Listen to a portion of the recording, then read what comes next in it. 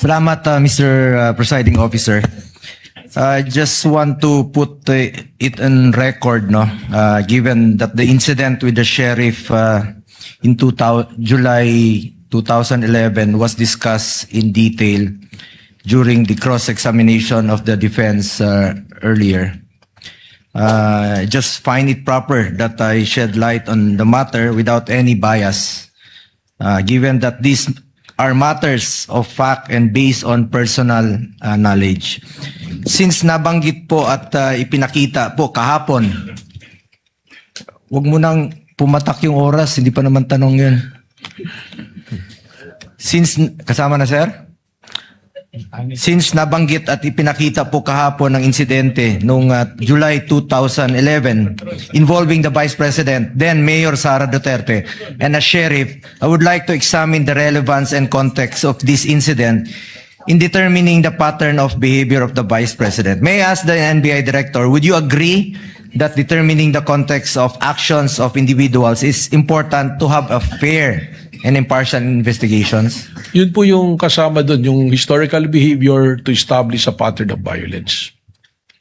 Okay. Are you aware na may, alam nyo ba yung konteksto at dahilan kung bakit nagawa ni then Mayor Sara Duterte yun? And are you aware na may demolition noong panahong yon involving 217 families who were facing eviction?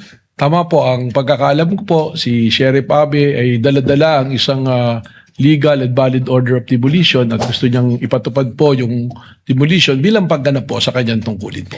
A simple search online would provide further details. No? Nagalit po si then Mayor Sara noon dahil nakiusap siya sa sheriff na kung pwede bang i-postpone ng ilang oras at i-delay mo ng eviction ng 217 na families. At naalala ko noon na meron pong pulisiya si former Mayor Rodrigo Duterte na ayaw niya pong magpaalis ng mga informal settlers pag walang malapitan, walang malipatan po yung mga illegal settlers. Kawawa naman po itong mga to na minadali silang paalisin.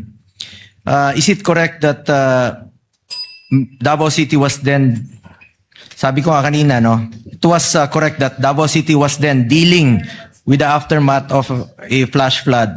At that then Mayor Sara Duterte had come from attending to affected residents before proceed. Alam niyo ba ito? Well, I was informed po kanina nung sinasabi yan. Alam niyo bang 31 po yung namatay nung panahon yon? Yun po, nalaman ko po kanina. Actually, nandun po ako nung nangyari po yung insidente. At after 2 days, bumisita rin po yung si former Vice President Jojo Binay, kasama niya yung anak niya na si Senator Nancy Binay. Mismo, witness po ako doon na talagang hirap ng sitwasyon.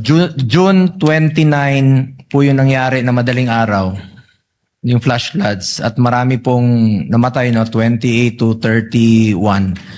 At after a day, July 1, may schedule po yung sheriff na palisin yung mga informal settlers na wala pang malilipatan. Ang maalala ko lang po na nakiusap si then Mayor Sara na kung pwedeng ipagpaliban muna ng ilang oras o araw yung pag demolish po sa mga illegal or informal settlers na walang malilipatan.